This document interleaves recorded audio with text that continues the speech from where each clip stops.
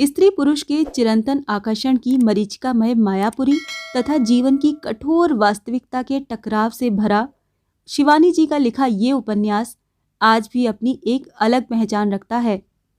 तो आइए शुरू करते हैं गौरा पंत शिवानी का लिखा उपन्यास मायापुरी। श्रावण की वर्षा से पहाड़ के मकानों की छतें धुलकर चमक रही थी। पेड़ों के बीच से झांकती गोल गोलाकार सरपणी सी पगडंडियां लोगों के चलने से मुखर हो उठी। ग्राम के बालक हाथ में लकड़ी की पाटियां और दवात में सफेद घोली खड़िया लेकर स्कूल जाने की तैयारी कर रहे थे। देवी दत्त का प्रांगण भी बाल कल कंठ से मुखरित हो उठा। दीदी, मेरी चोटी बांध दो। दीदी, बासी रोटियों का कटोरदान निकालो ना जल्दी से। मेरी टोपी कहाँ है? अब मैं नंगे सिर स्कूल कैसे जाऊंगा? पहाड़ के स्कूलों में नंगे सिर जाने का अर्थ ही होता अध्यापक द्वारा कठोर चपेटाघात और कर्णमर्दन। तीनों भाइयों से अकेली निवटती शांत शोभा भी धैर्य खो बैठती। मर क्यों नहीं जाते तीनों छोकरे? देखते नहीं हो चाय बना रही हूं, वो झुंझला कर कहती। दीदी की एक डांट से तीनों थोड़ी देर के लिए सहम कर चुप हो जाते और अपने हिस्से की चाय कलई के ग्लास में घुटकने लगते। शोभा ने कटोरदान से रोटियां निकाल गुड़ की डली रख भाइयों को दे दी। फिर कपड़ों की गठरी लेकर आंगन में धोने चली गई। तीनों भाई कोट की बाहों से मुंह पोंछते हुए स्कूल को चले गए और क्षण भर पहले का कोलाहल एकाएक शांत हो गया। शोभा ने माँ की मोटी धोती धोकर धूप में डाल दी। आज माँ खेत से देर में आएगी और फिर तभी उसे स्मरण हो आया, आज तो माँ का एकादशी का व्रत भी तो है। 3-4 दाने आलू के उसने छिपी आग में भूंजने को डाल दिए और उगड़े ऊन का मोजा बुनने बैठ गई। शोभा के पिता की मृत्यु को 1.5 वर्ष बीत चुका था। वो लखनऊ सेक्रेटेरिएट में क्लर्क थे और वर्षों से वहीं एक किराए के छोटे से मकान में परिवार सहित रहते थे। कई वर्षों के प्रवास से बच्चे अपनी भाषा प्राय भूल चुके थे। शोभा बीए कर चुकी थी। 2 पुत्र स्कूल जाते थे। गृहस्थी की गाड़ी मंद मंथर गति से चल रही थी। एक दिन जब लखनऊ आग उगल रहा था, ऑफिस से साइकिल पर घर लौटते छीणकाए देवी दत्त लू की चपेट में आ गए और कुछ ही क्षणों में विधवा पत्नी और 4 बच्चों को बिलखता छोड़कर चल बसे। बार बार विलाप करती पिता के मृत शरीर पर पछाड़े खाती माता को और 3 बिलबिलाते अबोध भाइयों को देखकर शोभा की आंखों के आंसू आंखों में ही सूख गए। पास पड़ोस के पर्वतीय समाज ने किसी तरह चंदा करके संतप्त परिवार को पहाड़ भेज दिया। विधवा का कोई अवलंब न होने पर भी गांव में अपनी जमीन थी। बाप दादों का बनाया छोटा सा एक घर भी था। पहाड़ी गांव के लोगों ने बड़े प्रेम से प्रवासी परिवार को अपना लिया। शोभा की माँ अत्यंत निरीह स्वभाव की है। धीरे धीरे उसने गहने बेचकर एक जोड़ी बैल खरीद लिए और वर्षों से बंजर जमीन को जोतकर ठीक बना लिया। तीनों लड़के स्कूल जाने लगे, किंतु विवाह योग्य शोभा उसके हृदय में शूल समान पीड़ा देती। उसके कोमल कुम्भलाए मुख को देखकर उसे बड़ा दुख होता। एकमात्र कन्या को देवी दत्त ने सर्वदा अच्छी संस्थाओं में पढ़ाया था। कुशाग्र बुद्धि की शोभा ने जब 18 वर्ष में ही बीए कर लिया तो वो बोले, देखना दुर्गा, किसी दिन ये मेरा ही नहीं पूरे कुल का नाम रोशन करेगी। दुर्गा ने कई बार कहा कि अब तो आप उसके लिए कोई लड़का देखिए, पर वो कहते, शोभा एमए करेगी, अभी क्या शादी, अभी तो बच्ची है। इसी तरह विवाह योग्य बच्ची को स्वयंवरा रूप में ही विधवा पत्नी पर छोड़ वो जब चल बसे तो दुर्गा पागल सी हो गई। वो जानती थी कि एमए न करने से पुत्री के हृदय में मन ही मन एक संघर्ष चल रहा है। वो दिन रात खेत के काम में जुटी रहती। ग्राम की बड़ी बूढ़ियां तक कभी कभी कहती, दुल्हन अब इसके हाथ पीले कर दो, इतना पढ़ा लिखा कर क्या लड़की से हल भी जुतवाओगी। शोभा के रूप और गुणों की प्रशंसा सुनकर आसपास के कई गांव से कई संबंध भी आए। एक हवलदार था, खूब जमीन थी, पक्का मकान और एक दुकान भी थी, किंतु मिडिल पास था। एक उन्हीं के गांव से संबंध आया। लड़का दुहेलू था पर पढ़ा लिखा था और गांव की पाठशाला में अध्यापक भी। पहली पत्नी एक ही वर्ष पहले मर चुकी थी। एक 2 वर्ष का लड़का था। शोभा की माँ को गांव की औरतों ने बहुत समझाया, ऐसा पढ़ा लिखा लड़का अब और नहीं मिलेगा, वो 30 ही वर्ष का तो है। नहीं बहन, शोभा की माँ कहती, सौतेली संतान पालना और हथेली का मांस खाना बराबर है। आंखों पर पट्टी बांधकर कैसे लड़की को कुएं में धकेल दूं?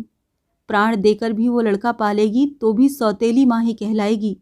ना बहन, मुझसे नहीं होगा ये। मेरी शोभा को उसके बाप पढ़ा गए हैं, कहीं ना कहीं पेट भर ही लेगी। इसके बाद शोभा के विवाह का प्रसंग एक प्रकार से दब ही गया। एक दिन शोभा और माँ खेत से धान देखकर लौटी तो देखा आंगन में एक नीला लिफाफा पड़ा है। शोभा ने बड़ी उत्सुकता से लपक कर लिफाफा उठा लिया। क्या जाने उसकी सहेली सरला का हो या उसकी अध्यापिका मिस देव का। किंतु लिफाफा खोलते ही उसे बड़ी निराशा हुई। पत्र गोदावरी मौसी का था। गोदावरी उसकी माँ की बचपन की सहेली है।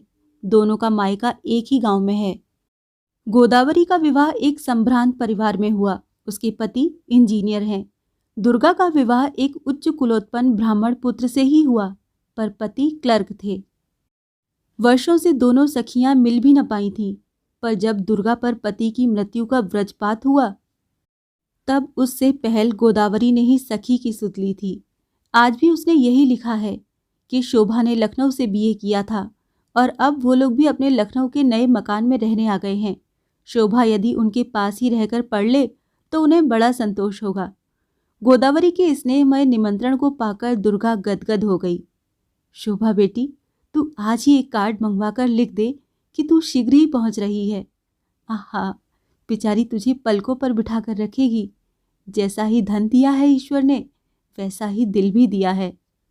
गोदावरी के पति इंजीनियर थे, पर ईमान के पक्के। कभी हराम का पैसा नहीं छुआ। उनके नीचे के ओवरसियर कार में घूमते, वो अपनी बग्घी में ही संतुष्ट थे। सीधा साधा वेश, कभी जूते में फीता नहीं। घंटों संध्या पूजन में डूबे रहते। 2 बच्चे हैं, एक लड़का सतीश और लड़की मंजरी। लड़की की सगाई होने के पश्चात सीधे साधे जनार्दन न जाने कब एकाएक महिमामय हो उठे। वो बाजार से होकर निकलते तो उंगलियां उठने लगती। यही है तिवारी जी के समधी। सुना है तिवारी जी ने भावी जमाता को अपने ही खर्च से विलायत भेजा है और फैजाबाद रोड पर आलीशान हवेली खड़ी करवा दी है। बात कहाँ तक सत्य थी कहना कठिन था, किंतु हवेली वास्तव में आलीशान है और सतीश डॉक्टरी पढ़ने के पश्चात एडिनबरा में एमडी कर रहा है। गोदावरी ने शोभा के मार्ग के खर्चे के लिए रुपए भी भेज दिए थे, पर शोभा मन ही मन उदास हो उठी। वो सोचने लगी, वो जाएगी भी तो क्या लेकर? एक काली मराठी साड़ी, वो भी 4 साल पहले पापा ने लाकर दी थी।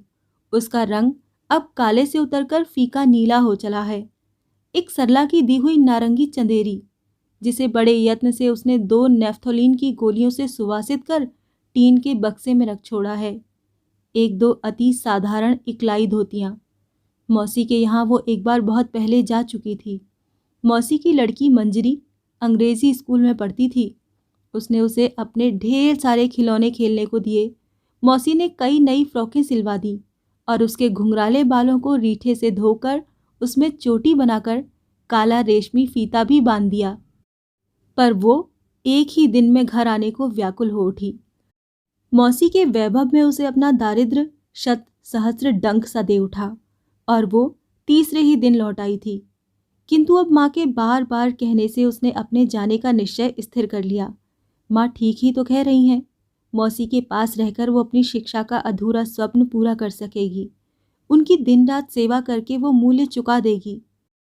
एक छोटे से बक्से में उसने अपनी 3-4 धोतियां रख लीं, एक गद्दा, एक पहाड़ी थुल्मा और घर की एकमात्र चादर धोकर उसके बिस्तर बंद में बांध दी गई। तीनों भाइयों ने मिलकर बक्सा उठा लिया और रमिया दुकानदार बिस्तर उठाकर साथ में चला। मोटर स्टैंड पर तीनों भाइयों के साथ खड़ी माँ का उदास मुंह देखकर शोभा की आंखें भर आईं। अम्मा, न जाने क्यों मेरा मन कह रहा है उतर जा। तुम अकेली क्या कर लोगी? दुर्गा बोली, देख तो रमिया इसका पागलपन। इतनी बड़ी हो गई है और अभी भी मुझे छोड़कर कहीं जाने में ये हाल है। अरे पगली, मन न लगे तो लौट आना। पर शहर में रहने वाली, स्कूल कॉलेज में पढ़ने वाली लड़की का इस गांव में क्या हमेशा मन लग सकता है? फिर इतने प्रेम से बुलाया है, कोई तो बिना बुलाए थोड़े ही जा रही है। रमिया दुकानदार शोभा के पिता का सहपाठी रह चुका था। शोभा से बोला, ठीक ही तो कह रही हैं भाभी। शोभा, तू पढ़ी लिखी है और पढ़ लेगी तो भाइयों को संभाल लेगी। इस गांव में क्या खाक पत्थर पढ़ाएंगी भाभी? शोभा चुप हो गई। तीनों भाई बस चलने की बड़ी उत्सुकता से प्रतीक्षा कर रहे थे। उसी सुखद प्रतीक्षा में वो बहन के जाने का दुख भूल सा गए। केवल सबसे छोटा मिट्ठू गोल गोल आंखों से दीदी को देख रहा था। अब कौन उसकी चोटी करेगा? दोनों बड़े भाई तो अपने हाथों से ही चोटी कर लेते हैं। अम्मा कंधा खींच खींच कर बड़ा दर्द करती है। दीदी मुलायम हाथों से कहानी कहते कहते उसका एक एक बाल तक सुलझा देती है। जनेऊ होने तक वो बाल कटवा भी तो नहीं सकता, और दीदी के लौट आने तक क्या जनेऊ हो जाएगा? मोटर में घर घर आरंभ हुई। मिट्ठू को दोनों भाइयों का उछलना कूदना जरा भी अच्छा नहीं लग रहा था। उसके पेट में अजीब सी घुटन सी हो रही है और गले में कुछ अटक सा रहा है। इतने ही में दीदी बोली, अम्मा का कहना मानना। हाँ मिट्ठू? तो मिट्ठू अपने को रोक न सका। दीदी, ओ दीदी, मैं भी चलूँगा, कह के चलती बस के पीछे दौड़ने लगा। बस पेट्रोल का बादल उड़ाती चली गई। रमिया ने दौड़कर मिट्ठू को पकड़ लिया। दुर्गा ने आंखें पोंछकर उसे गोदी में उठा लिया। बेटा, दीदी लखनऊ गई है, तेरे लिए अच्छा सा बस्ता लाएगी, अच्छी अच्छी चीज़ें लाएगी ना? आंखों के आंसू आंखों में ही पीकर मिट्ठू बोला, तो मेरे बाल कटवा दो। दीदी के जाने के साथ बाल कटवाने का क्या संबंध है? माँ तो समझ ही न पाई। बोली, छी छी, जो जनेऊ के पहले बाल कटवाता है वो अगले जन्म में लड़की बनता है। लड़की बनने के भय से सहमकर मिट्ठू ने माँ के कंधे में मुंह छिपा लिया। बस के पीछे भागते रोते हुए भाई का चेहरा शोभा भूल नहीं पा रही थी, पर वो एक ही आशा हृदय में लेकर जा रही है। पढ़कर वो कहीं तो नौकरी पा ही जाएगी। क्या पता उसका ये प्रवास सफल हो। मौसी के भाभी समधी बड़े नेता थे। हो सकता है उन्हीं से कह सुनकर मौसी उसके लिए कोई नौकरी का प्रबंध कर दें। मोटर गोल घूमती चक्कर खाती चली जा रही है। रानी खेत, गर्म पानी, भवाली और प्रत्येक मोड़ पर उसकी कल्पना सजीव होकर उसे ढांढस बंधा रही है। वो आंखें बंद करके मन ही मन सपना सा देखने लगी। वो एमए पास कर किसी स्कूल में अध्यापिका हो गई है। माँ को मनी ऑर्डर भेज रही है। भाइयों के पास साफ सुथरे कपड़े हैं, चमकीले जूते हैं। अम्मा ने बर्तन मलने के लिए एक छोटा सा छोकरा रख लिया है। हाथों में जो बर्तन मलने से काली काली दरारें पड़ गई थी वो फिर भर गई हैं। खचाक से एक धक्के के साथ मोटर रुकी और उसका स्वप्न भंग हो गया। काठ गोदाम आ गया था। वो सामान उतरवाकर टिकट लेने चली तो एक बार जी में आया, न लें टिकट, चुपचाप दूसरी बस से फिर गांव चली जाए। पर किसी का स्वर सुनकर उसने पलटकर देखा तो पिता के मित्र देवीलाल साहजी थे। क्यों बेटी, अच्छी तो है, कहाँ जा रही है? मैं लखनऊ जा रही हूँ चाचा जी। चलिए, अच्छा हुआ आप मिल गए। टिकट लेकर वो उन्हीं के साथ बैठ गई। देवीलाल ने उसके पिता की मृत्यु के समय उनके परिवार की जो सहायता की थी वो शोभा भूली नहीं है। उनसे अचानक मिलकर उसके लखनऊ जाने का भय एकाएक दूर हो गया। सुबह आंख खुलते ही लखनऊ का स्टेशन दिखा। वो उतरी तो देवीलाल जी बोले, चल बेटी, पहले मेरे यहाँ ही चल, फिर मौसी के यहाँ चली जाना। नहीं चाचा जी, पहले वहीं जाती हूँ, फिर आपसे मिलने आऊँगी। वो लखनऊ की गली गली से परिचित थी। नए गांव से होकर जब रिक्शा गुजरा तो उसने मुड़कर अपना लाल ईंटों वाला पुराना मकान देख लिया। वही अमरूद का पेड़ था, वही सहस्र स्मृतियों से लिपटा बरामदा। रिक्शा सर्राटे से चला जा रहा था। शोभा का हृदय फिर अज्ञात भयाकुल होकर कांप उठा। मौसी का घर अब दूर नहीं था। उसने जल्दी से एक दृष्टि अपने कपड़ों पर डाली। चंदेरी की नारंगी साड़ी और खद्दर का ब्लाउज। बुरा वेश तो नहीं है, पर चप्पलें स्थान स्थान पर मोची के कला कौशल से शोभित। उस पर भी एक फीता स्टेशन पर ही टूट गया था। उसने साड़ी से पैर ढक लिए। मौसा जी के नाम लिखे संगमरमर के टुकड़े को देखकर उसने रिक्शा रोक लिया। उस भव्य अट्टालिका को देखकर लग नहीं रहा था कि कोई उसमें रहता भी है। उसने इधर उधर देखा, चौकीदार भी नहीं था। रिक्शे वाले से ही सामान उतरवाकर उसने बरामदे में रखवा दिया और भीरू पगों से अग्रसर हुई। श्वेत दर्पण से चमकते फर्श पर पैर रखते भी उसे भय हो रहा था, कहीं गंदा न हो जाए। सीढ़ियां पार करते ही जिस विशाल कक्ष में वो पहुंची, वहां भी कोई नहीं था। कमरे की सजावट देखकर वो एक बार फिर सहमी। क्या उसने यहाँ आकर ठीक किया है?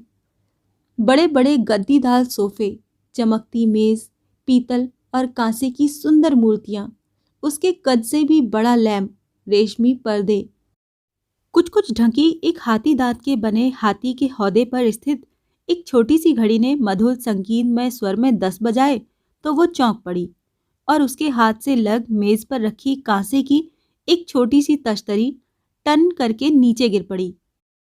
तभी पास के किसी कमरे से एक क्षीण स्वर में कोई बोला, कौन?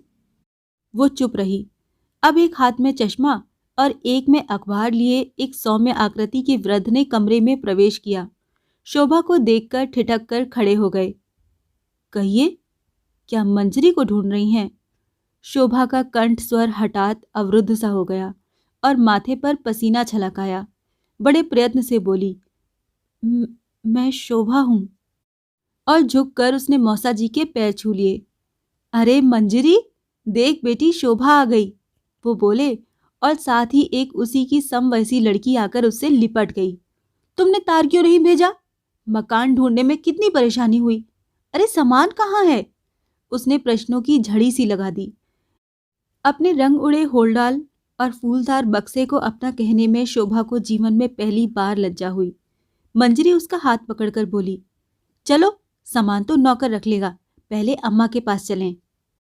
शोभा को मंजरी का वेश देखकर अपनी साड़ी तीर सी चुभने लगी। घर में भी मंजरी महीन जरी के किनारे की नागपुरी साड़ी पहने थी और पैरों में मखमली चप्पल। गोल कमरे के पास ही जिस कमरे से होकर वो गुजरी, वो मंजरी का था। मंजरी बोली, ये आज से हमारा कमरा होगा, देखो पूरा लखनऊ दिखता है। कहकर उसने खिड़की पर लगा भारी नीला पर्दा खींचकर सरका दिया। खिड़की पर रखे चुनार के फूलदान में लगा क्रिसेंथम महक उठा। एक छोटे से पलंग पर कई पुस्तकें पड़ी थीं। एक दो कपड़े से मढ़े मोढ़े रखे थे। रविंद्रनाथ की एक बड़ी सी तस्वीर टंगी थी। दूसरा कमरा गोदावरी का था। बड़े से शीशम के पलंग पर पड़ी आंखें बंद किए गोदावरी दोनों हाथ आंखों पर रखकर सो रही थी। अम्मा, देखो कौन आया है, मंजरी बोली। शोभा ने पैर छुए। आ बेटी आ, तू तो बहुत बदल गई है शोभा। जरा खिड़की तो खोल मंजरी, उजाले में देखूं तो सही। गत वर्ष के पक्षाघात से वो पलंग से उठ नहीं सकती थी। आज भी तो तकिए का सहारा लेकर बैठ गई। मंजरी ने पर्दा हटा दिया। अंधेरा कमरा प्रकाश से भर गया। शोभा की ठुड्डी पकड़कर गोदावरी मंत्र मुग्ध सी उसे देखती रही। फिर एकाएक उसका रोग जीर्ण पांडु मुख और भी फक पड़ गया। शोभा लज्जा से आंखें नहीं उठा पा रही थी। माँ के इस आकस्मिक भाव परिवर्तन को देखकर मंजरी को कुछ आश्चर्य हुआ। फौरन वो बोली, आओ शोभा, हाथ मुंह धोकर कपड़े बदल लो, फिर यहाँ आकर बैठेंगे। मंजरी शोभा को लेकर चली गई तो गोदावरी आंखें बंद करके सोच में डूब गई। हे विधाता, वो ये क्या कर बैठी? इतना सौंदर्य क्या उसके घर में समा पाएगा?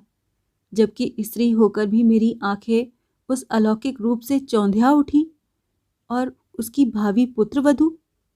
कल समधिन की कुशल मंगल पूछने स्वयं तिवारी जी कन्या सहित पधारे थे। साथ में कई टोकरी फल मिठाई आदि लेकर आए थे। पहले तो उनकी कन्या सविता इतनी बेडौल नहीं थी। दुबली पतली गोरी सी लड़की हठात आवश्यकता से अधिक परिपुष्ट युवती हो गई है। आंखें पहले से छोटी हो गई थीं और नाक कुछ गोल गोल मोटी थी, पर मांसाधिक्य से नहीं। छोटी होकर आंखें कोटरग्रस्त सी लगती हैं और नाक फूलकर फैल सी गई है। मोटी मोटी कलाइयों पर हीरे के कंगन चमक रहे थे, पर उसने झुककर जब भावी सास के पैर छुए तो गोदावरी का कलेजा धक धक कर उठा। यही क्या उसकी पुत्रवधू होगी? पैर छूकर सविता पिता के पास बैठ गई तो घनी सफेद मूछों के बीच तिवारी जी का स्वर आया, कहिए, कैसी तबीयत है? तब गोदावरी चौंक कर वास्तविकता पर उतर पाई। वो तो वचनबद्ध हैं। आज उसका वैभव, उसकी विशाल अट्टालिका, पुत्र पुत्री की शिक्षा, सब ही तो तिवारी जी के प्रसाद स्वरूप हैं। नहीं तो आज फिर पुरातन कर्जे में गोते लगाता उसका परिवार दम तोड़ता होता। जब पहले तिवारी जी के यहाँ से संबंध आया था तो गोदावरी को अपने कानों पर विश्वास नहीं हुआ। कहाँ राजा भोज, कहाँ गंगू तेली। एक सामान्य इंजीनियर का पुत्र सतीश और दूसरे भारत के महिमामय भावी राजदूत। पर एक दिन तिवारी जी स्वयं ही कुंडली लेकर आ गए। वृद्ध जनार्दन उन दिनों कर्जदारों से पीड़ित थे। मकान की नींव खुद चुकी थी पर रुपए नहीं थे। लड़की विवाह योग्य हो चुकी थी। लड़का डॉक्टरी पास कर चुका था पर उसकी शिक्षा में उनकी संचित आय शेष हो चुकी थी।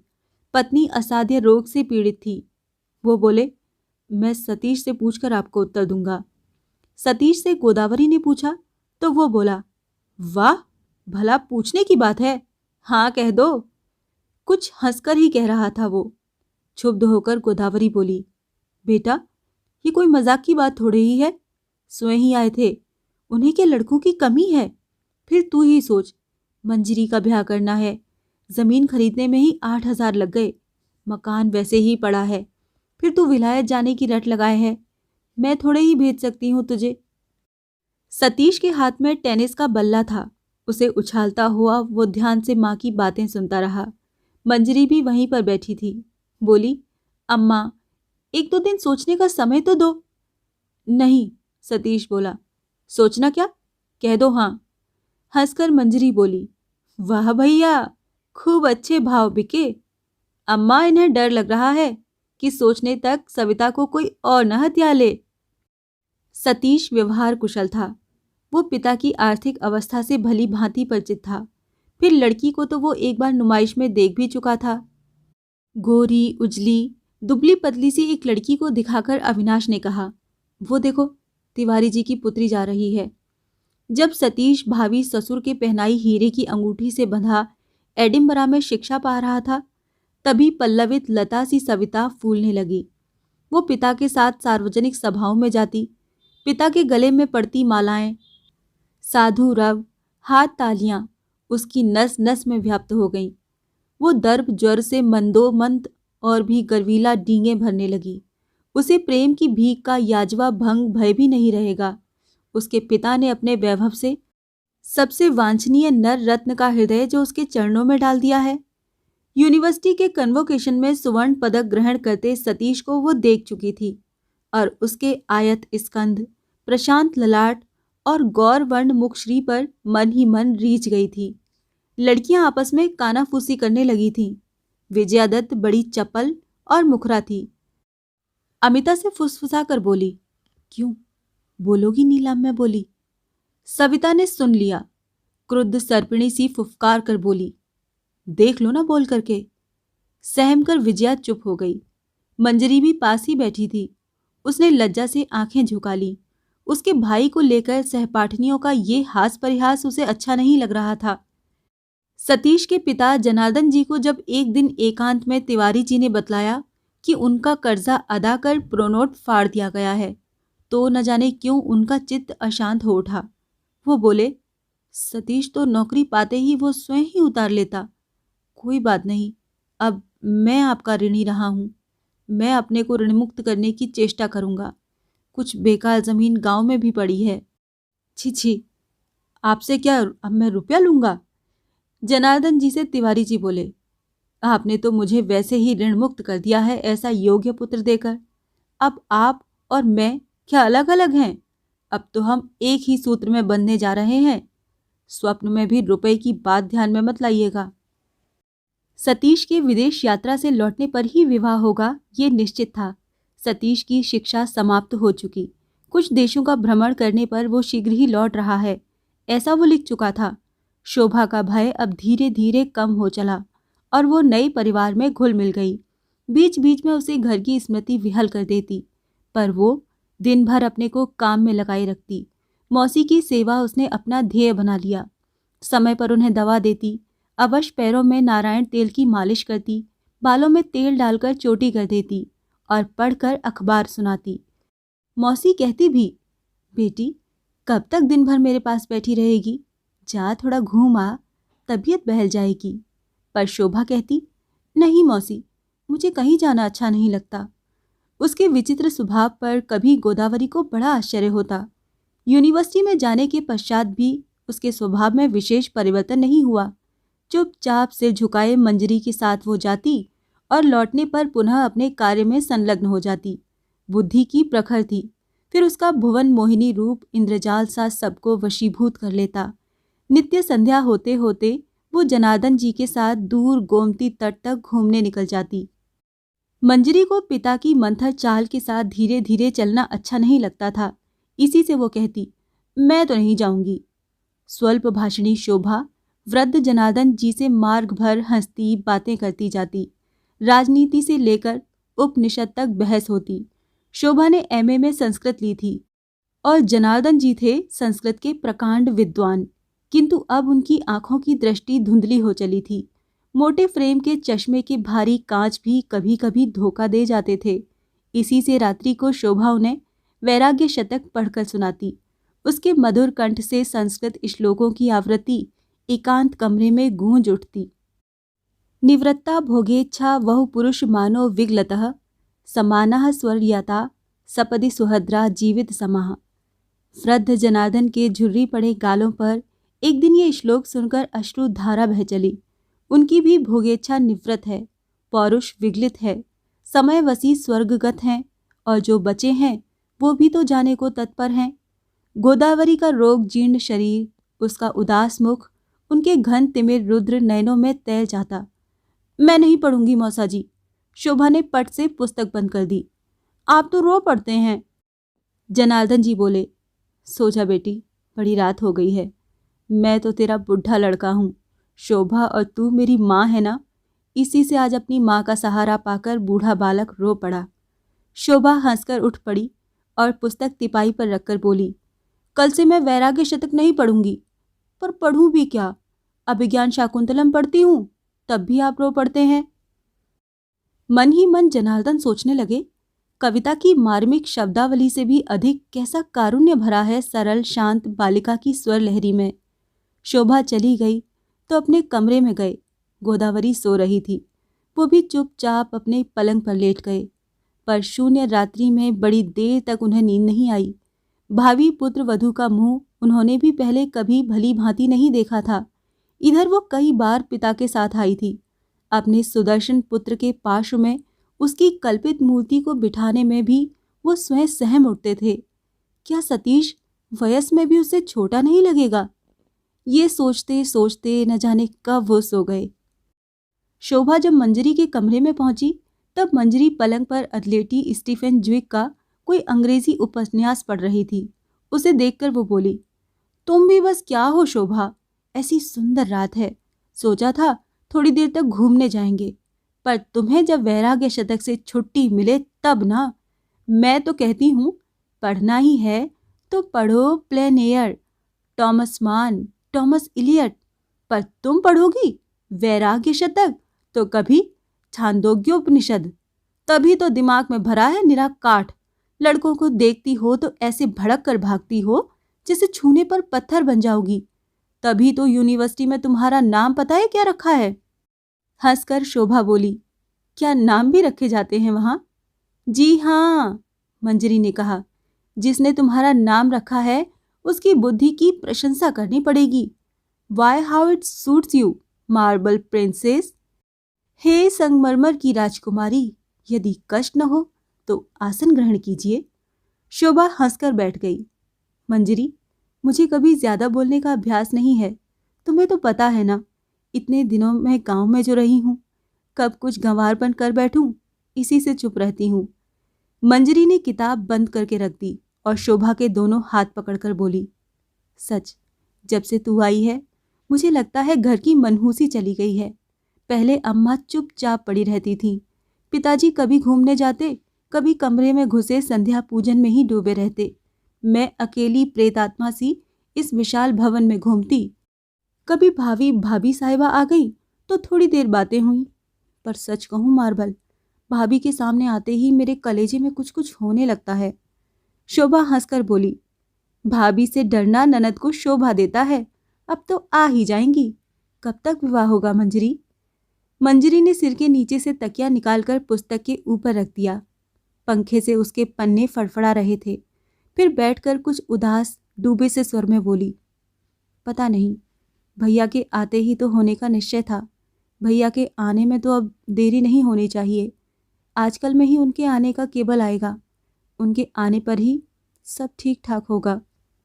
शोभा ने बत्ती बुझा दी और अपने पलंग पर लेट गई। भाई के विवाह का प्रसंग आते ही मुखरा मंजरी एकाएक क्यों शांत हो गई, शोभा की समझ में नहीं आया। वैसे भी वो देखती कि जैसे पुत्र के विवाहोत्सव का कोई विशेष उल्लास सा घर के किसी में भी नहीं है। सविता का नाम आते ही सब चुपचाप हो जाते हैं। उसे लखनऊ आए 3 महीने हो चुके थे, पर उसने सविता को नहीं देखा था।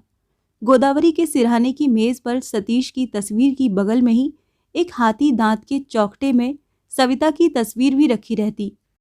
कई बार शोभा ने दोनों चित्रों को एक साथ देखा। लंबा चौड़ा हंसमुख और सुंदर सतीश, बड़ी बड़ी आंखें, गोल गोल मुंह, दुबली पतली, एक हाथ में माला लिए पिता के साथ खड़ी सविता।